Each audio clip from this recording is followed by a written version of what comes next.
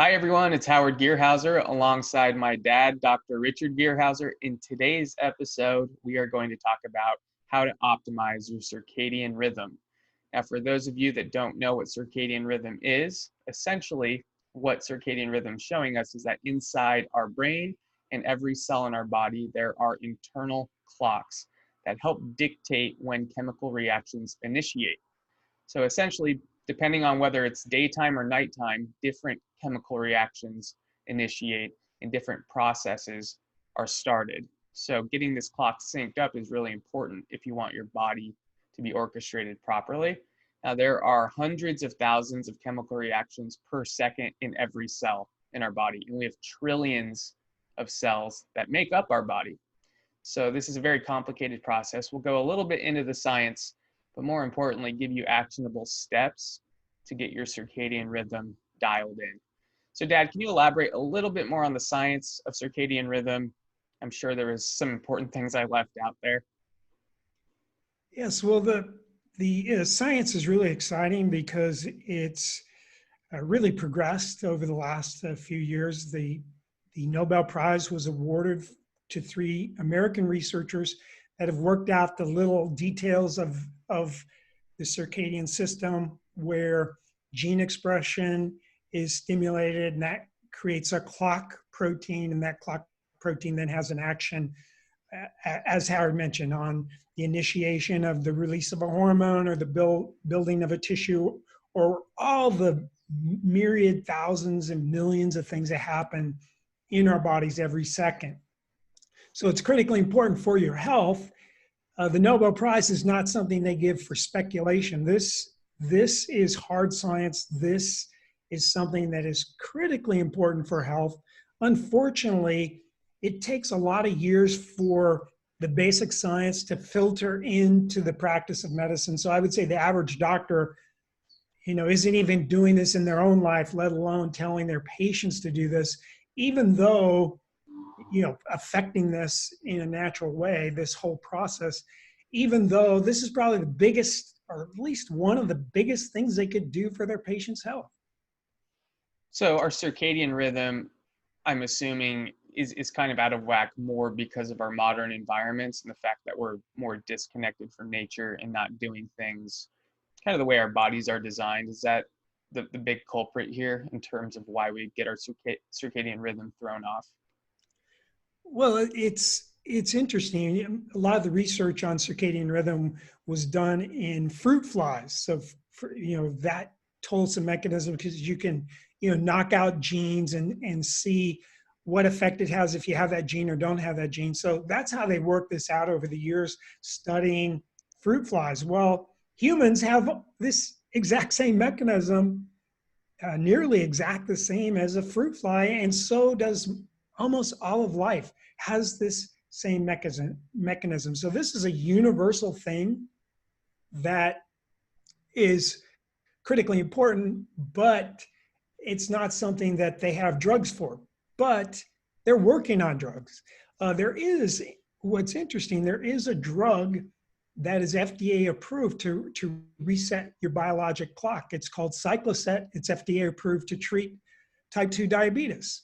So it's sort of been known for, and that drug is old, but that's the problem. It's old. They're not going to do big studies on that drug at this point because they can't charge $15 a pill. Unfortunately, what hurts all of us is this profit-driven, pharmaceutical-based healthcare system that we have.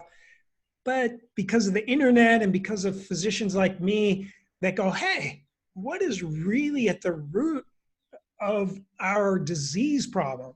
This is one of the key things. And so we're getting out there on the internet to let people know, because this is something you can do totally on your own to correct, what's going on, how you've disrupted your circadian system. So disrupting the circadian system obviously has some side effects, right? Like we have this huge increase in diseases, the modern diseases, our life expectancy is going down. So if your circadian rhythm's thrown off, what can you expect from having that out of balance? Yes, and again, the research, isn't definitive in this area, like, oh, well, it causes 40% of cancers or it causes 50% of autoimmune disease, but there's evidence tying it into all of these modern diseases. And the modern diseases are the ones I call the complex things like diabetes or Alzheimer's or neurodegeneration or even depression, autoimmune disease, obesity, all these diseases that mainstream medicine has a lot of symptomatic treatments with drugs, or maybe even a symptomatic treatment putting you on some kind of restrictive diet or something like that. But they don't usually, I would say 99 times out of 100, they don't cure anything because they're treating a symptom in a complex web of these chemical reactions controlled by the clock proteins. So they're not getting back to the root. The good news is you don't have to worry about all this complex mechanism because it's just connecting back to how we're supposed to live solves it. And how do I know that? Well, I did that for myself. Doctors, physicians are one of the worst as far as having their circadian system messed up because they're a lot of times in the hospital at night, or they're working at night, or they have to wake up at night because they're on call and they have to, look at their cell phone and see who's calling me in the middle of the night. An extreme disruption of the circadian system is part of being a physician, unless you happen to be a physician like a radiologist or a dermatologist that doesn't have to get up at night. So is what you're saying that getting back to nature and not really trying to outsmart all of these mechanisms, which are probably even more complicated than what the latest research is showing. We keep finding more and more complication, I guess you could say, within all of these different metabolic pathways and chemical reactions. The easier route is just to get back to nature, which has already figured this stuff out. Is that what you mean? Yes, exactly. Nature's figured it out for all of life. And, no matter how big we think we are and how strong our mental abilities and cognitive capabilities are, we're still part of that. And we still have to play by the rules of nature. And if we don't, and our environment now messes us all up, unless you're a weird individual that's moved out into the woods in a cabin with no electricity. And there probably aren't too many of you out there on this webcast. Right. And I guess in a way it's exciting that it's as simple as getting back to nature rather than us feeling like we need to outsmart nature, which, I think is pretty much impossible. So that's exciting. It's almost getting back to the basics is what's going to correct this. So let's get into what that means. So how do we go about resetting our circadian rhythm, making sure that we are initiating chemical reactions at the right time, that we are secreting hormones at the right time, and that our body's just calibrated properly? What do we need to do? Okay, well, there's a lot of things that can help. And the research in this area is very preliminary. In other words, there might be dozens and dozens of things that have an effect on the circadian rhythm that haven't been studied. So that's why I think just thinking, does this happen in nature, is one of the keys to something you might try. Does this happen in nature? Did a human living out in the woods, would this be a logical thing that they might encounter? I think that's one of the things that's helped me, is I just go, hey, when I'm camping, I always wake up when the sun comes up. I always look and watch it come up. It's like an instinct, a natural tendency. Well, we know from the science that when sunlight enters our pupil, it hits our retina, it goes through a special tract called the retinal hypothalamic tract straight to our master clock and sets it for the day. So every day we have a chance to reset our circadian rhythm. If you get up before the sunrise, say it's winter and you have to be to work before sunrise, and you blast an artificial light in your eyes, well, you wake that system up 2 hours before it's supposed to wake up. And that has consequences, especially over time. We have explosion of diseases that didn't exist for primitive humans, like Alzheimer's, first case, around 1900. Heart attacks, extremely rare. Now it's the most common cause of death. All these things are exploding. And I think it's related to our environment as modern humans. Our frontal lobes became so big that we could outsmart nature and say, no, I'm not going to play by nature's rules. I'm going to watch TV. So one thing that you can start doing, and this is something you do have to do on a daily basis. It's not like you set your circadian rhythm once and then you're like good to go. This is ongoing. So one thing to do is to figure out when the sun rises wherever you live. So you can Google that, or you can ask your smartphone, whatever.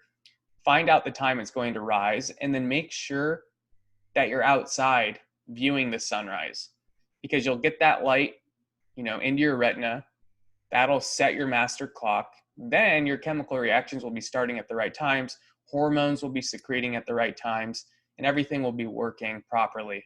So that's really important. With our health coaching clients, this is the first thing that with almost all of them, that we have them do, because not very many people are out watching the sunrise from our experience. So if you start incorporating that, that's going to help set your circadian rhythm, almost regardless of anything else you do. So that's the non-negotiable. Go watch the sunrise. Make sure you're not wearing sunglasses or contacts or prescription glasses. You want your eye exposed to the sunrise, and make sure you find a place where you have a good vantage point. If it's cloudy, still get out there, because there's other waves that still penetrate. Am I missing anything there on sunrise? No, sunrise is critically important because it sets that master clock, and the master clock controls all those clocks. As Howard mentioned earlier, there's clocks everywhere in every tissue in our body. And it's like a GPS following the signal from a satellite. The satellite clock has to run a little bit faster than the clock in your GPS. Otherwise, it'll be way off. It's the same thing in us. This one has to run slightly faster than, let's say, the clock in our liver. The clock in our liver is really important. A lot of important stuff happens in the liver.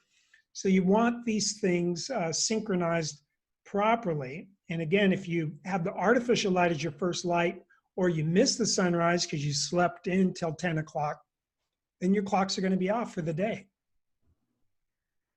So incorporate that sunrise if you can. Try to make that as much of a routine habit as possible. So let's talk about making sure that you don't disrupt your circadian rhythm at night, because human beings traditionally, not in our modern culture, didn't have all of these artificial lights at night. So what do we need to do to clean up our night environment so that we're not throwing off our circadian rhythm? Okay, the circadian rhythm is really set by the most powerful spectrum. And we have a whole video about artificial light at night, so I'd recommend that you watch that. And I'm not going to go into this in detail.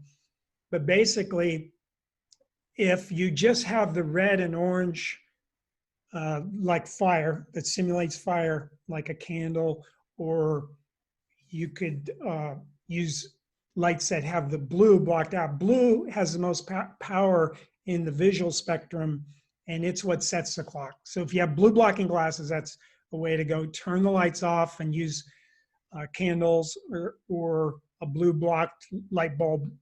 Those are other things you can do. So that prevents you from resetting the clock at the wrong time. So yeah, go check out that video on artificial light at night. That one's really important. We go way deeper into blue blocking and other things that you can do to clean up your nighttime environment and your sleep environment. That way you're getting into that deep restorative sleep. And that's another really important part of circadian rhythm, because if you're thrown off, you're not going to go into deep sleep on a consistent basis. And deep sleep is where we repair at the cellular and subcellular level. So it's really important that the timing's proper. That way we're getting into that deep restorative sleep every single night. Are there any other suggestions or recommendations that you have to get the circadian rhythm dialed in? Okay, there's other Zeitgebers that besides light. So I'll just briefly mention those. Again, the research on these is not substantial at this point, and we could be off a little bit, but one is food. Food entering your digestive tract. So it appears that our circadian mechanism stays intact much better if we eat during daylight. Okay, so one of the things that helps set your circadian rhythm is eating in the morning after you've had the light set. It seems to be reinforced by then eating. So eating a breakfast is probably a good habit to get into, especially if you have one of the diseases associated with a broken circadian rhythm, like diabetes type 2 or obesity or Alzheimer's disease. So in that case, I would try the eating a protein containing meal near the sunrise is another Zeitgeber and what these Zeitgebers do is they don't stimulate that master clock. They set these or reinforce these peripheral clocks, like the clock in your liver, which is really important for the diabetic, and it's important for all of us in our life. Exercise is another one. Now and exercise is not clear cut what time of the day sets your circadian rhythm the best. It appears from my view of the research, and this is just my view, and as I say, the research doesn't tell us for sure one way or another, but exercising in the later afternoon appears to be ideal. And some of the evidence for that is that's when we have our best muscular performance. That's when we have our best endurance. So it seems like, nature made our best muscular performance and our best endurance in the later afternoon. Well, maybe that's a sign that that's when we should, especially if you're really pushing your exercise, maybe that's a sign that's the best. That's what I do. And I do feel that helps me. I know there's many, many morning exercisers, and I know that's a great habit because you get the exercise out of the way. Otherwise, you tend to maybe put it off if you don't do it right away in the day. And I would say exercise in the morning is okay, but I would kind of push toward milder exercise. If you're going to exercise first thing in the morning, your body isn't ready. As I say, we know where the best muscular performance is and the best endurance is and the best coordination is. It's in the late afternoon.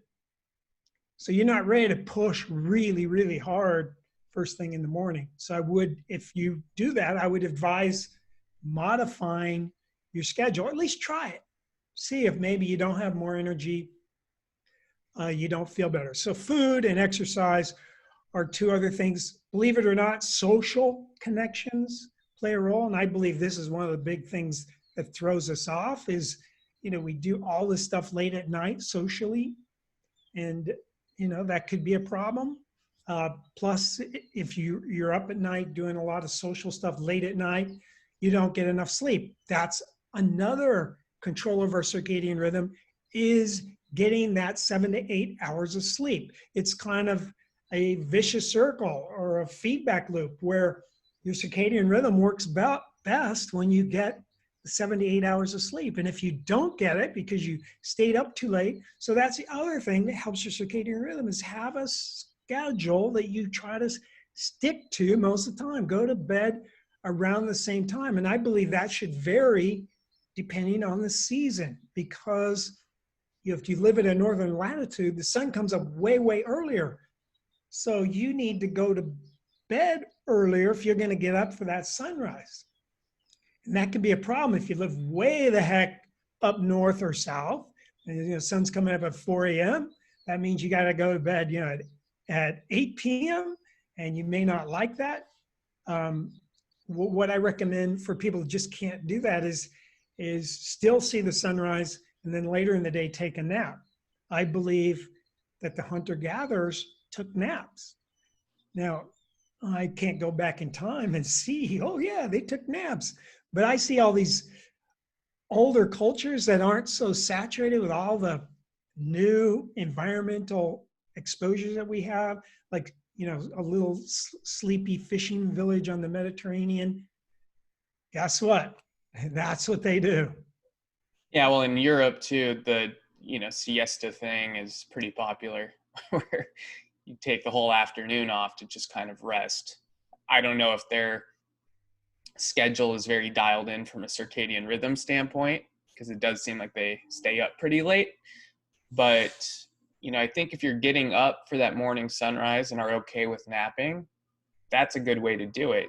Because no matter what, you want to be up for the sunrise, even if you go to bed really late, because that's the key to setting your circadian rhythm every single day. So, let's not be too extreme about it. Just try it, try it out. See if this is something that is giving you more energy, that's making you feel better throughout the day. For us, this is a ritual, it's part of our morning ritual is watching the sunrise. And it really becomes like your favorite part of the day. Give yourself some time in the morning, do some meditation, practice gratitude, watch the sunrise. It's a great way to start. And we have a video on our morning ritual, so make sure to check that one out too, where we go into greater detail on what we do in the morning to make it really fun. Is there anything else you want to add on circadian rhythm? I would say that eating during the day is something else that we tend not to do as a society. We're really entrained eating well after dark, and that in the research is a definite no-no as far as disrupting your circadian rhythm, especially having a big meal. If you're going to eat, try to make it as close to sunset as possible. The other thing, our modern world stresses us out. So as Howard mentioned, meditation or some form of stress reduction. Another thing is to get as much sunlight during the day as you can, or at least get a lot. Don't be like the typical American that spends 95% of their time indoors. You want to be outdoors.